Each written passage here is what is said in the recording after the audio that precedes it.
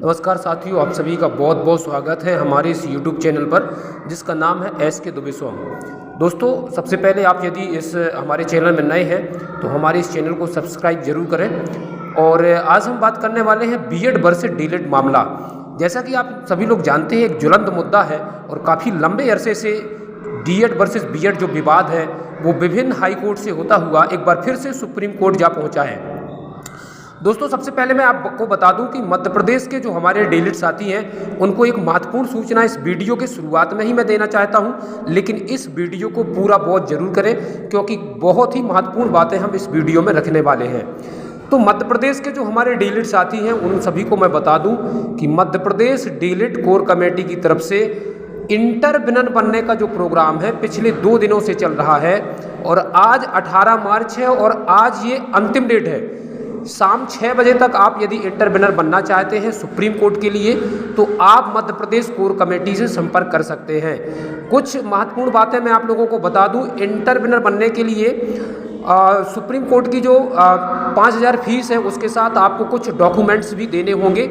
उन डॉक्यूमेंट्स में आपको TTMP वर्ग 3 की जो आपका स्कोर कार्ड है वो, साथ में आपको आपका जो आधार कार्ड है उसके दोनों साइड की जो फोटो है वो, इसके अलावा आपका क्लियर सिग्नेचर चाहिए, साथ में यदि आपने लोन लिया है तो वो सर्टिफिकेट चाहिए। इसके अलावा आपको हम बता दें जो डीएलएड की जो मार्कशीट है आपकी वो भी उसमें सबमिट करना है। इसके अलावा BPL कार्ड है तो आप वो भी लगा सकते हैं। आपके पास यदि अतिथि गेस्ट सर्टिफिकेट है तो वो भी आप उस पर मेंशन कर सकते हैं। इसके अलावा और भी डिटेल से जानकारी आप डीएलएड कोर कमेटी से बात करके संपर्क करके बात कर सकते हैं।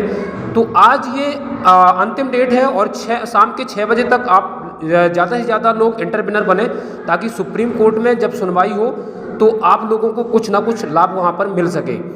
दोस्तों, जैसा कि आप सभी लोग जानते हैं कि मध्य प्रदेश की तरफ से मिस क्लैरिफिकेशन जो याचिका है वो सुप्रीम कोर्ट जा पहुंची है और 13 मार्च को जिस तरीके से सुनवाई हुई है उस वैसे हम देखें तो यहाँ पर किसी का पक्ष ना तो मजबूत दिखता है और ना ही यहाँ पर कमज़ोर दिखता है, ना ही बीएड की यहाँ पर कोई जीत हुई है। जैसा कि बहुत सारे यूट्यूबर्स यहाँ पर दिखा रहे हैं कि बीएड की जीत हुई है, तो दोस्तों ऐसा नहीं है। सुप्रीम कोर्ट है और सरकार से सवाल जवाब वो करेगा।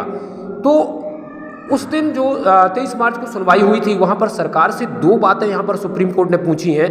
पहली बात तो ये कि पूरे देश के अंदर सभी स्टेट और केंद्र शासित प्रदेशों में PRT के लिए यानी प्राइमरी टीचर के लिए कितने पद खाली हैं 2023-24 और 24-25 में। इसके अलावा जो दूसरा क्वेश्चन है वो यहाँ पर ये पूछा है कि क्या 11 अगस्त 2023 के पहले जो बीएड कैंडिडेट अपॉइंट हो चुके हैं उनको बचाने के लिए जो ब्रिज कोर्स है क्या वर्तमान में वो अवेलेबल है।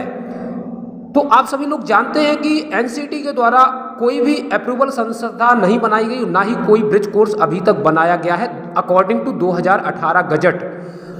तो यहाँ पर सरकार देखने वाली बात होगी कि 1 अप्रैल को सरकार किस तरीके से अपनी बात रखती है। लेकिन सरकार यहाँ पर बात ये भी रख सकती है कि आने वाले टाइम पर हम जल्द ही कोई अप्रूवल संस्था बनाएंगे जो अपॉइंटी जो बीएड वाले हैं उनको वो ब्रिज कोर्स करवाएगी। तो सरकार तो ये बात अपनी रख सकती है, लेकिन यहाँ पर जहाँ तक 13 मार्च का सवाल है, 13 मार्च को बहुत ही ज़बरदस्त पैरवी की गई दोनों साइड से। लेकिन जैसा कि आप सभी लोग जानते हैं कि भारत सरकार के जो सॉलिसिटर जनरल हैं तुषार मेहता, उनका कद और उनकी जो कहते हैं हम लोग जो उनकी रिपोर्टेशन है जो कि सरकार को रिप्रेजेंट कर रहे हैं, तो कहीं ना कहीं एक वजन था और उसको देखते हुए दोनों ही जजों ने बहुत ही गंभीरता से उनको सुना है। वहीं डीएलएड की तरफ से सीनियर एडवोकेट मीनाक्षी अरोड़ा ने बहुत ही बेस्ट आर्गूमेंट किए, लेकिन कहीं ना कहीं उनको थोड़ा सा नज़रअंदाज किया था वहाँ पर दोनों ही जजों ने। तो आप समझ सकते हैं कि सॉलिसिटर जनरल जो कि भारत सरकार का सबसे बड़ा वकील है, तो कहीं ना कहीं उसको सुनना पड़ेगा। हाँ, लेकिन ये है कि दोनों ही जजों का जो रुख है वो थोड़ा सा बदला बदला दिख रहा था, क्योंकि जिस तरीके से पूर्व में जो सिमिलर याचिकाएं लगाई गई, चाहे वो आप समझ सकते हैं बंगाल की तरफ से लगाई गई हो या फिर बीएड वेलफेयर एसोसिएशन की तरफ से लगाई गई हो, तो जिस तरीके से डिस्पोज और डिसमिस की गई याचिकाएं थी, सिमिलर याचिकाएं, तो कहीं ना कहीं उन याचिकाओं के बाद ये जो एमपी की तरफ से जो मिस क्लैरिफिकेशन याचिका लगाई गई और जिस तरीके से सॉलिसिटर जनरल पहुंचे वहां पर, कहीं ना कहीं सुनने के लिए मजबूर तो किया है। और विचार करने के लिए मजबूर किया है। दूसरी साइड यदि हम देखें तो डीएड की तरफ से थोड़ा सा जो एडवोकेट का पैनल था वो थोड़ा कमज़ोर दिखा। कहीं ना कहीं तुषार मेहता के लेवल का जो वकील है वो उतारने की ज़रूरत थी डीएड की साइड से, लेकिन कहीं ना कहीं आप समझ सकते हैं कि जो डीएड कैंडिडेट हैं वो बेरोज़गार हैं और वो उतना पैसा खर्च एडवोकेट के लिए नहीं कर सकते।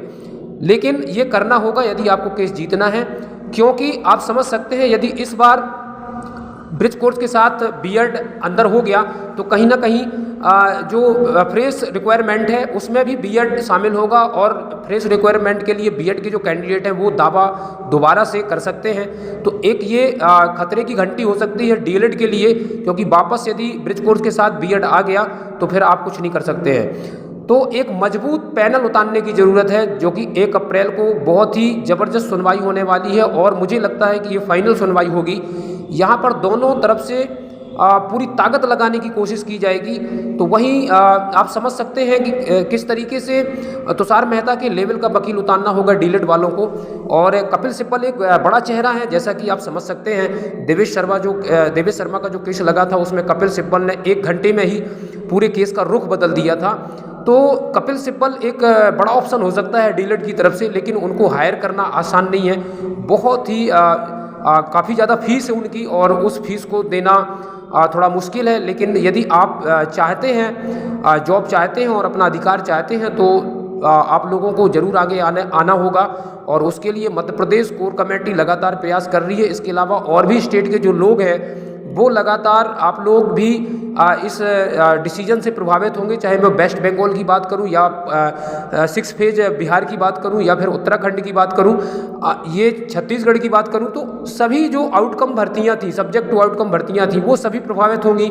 साथ में आने वाली जो फ्रेश रिक्वायरमेंट है वो भी प्रभावित होगी।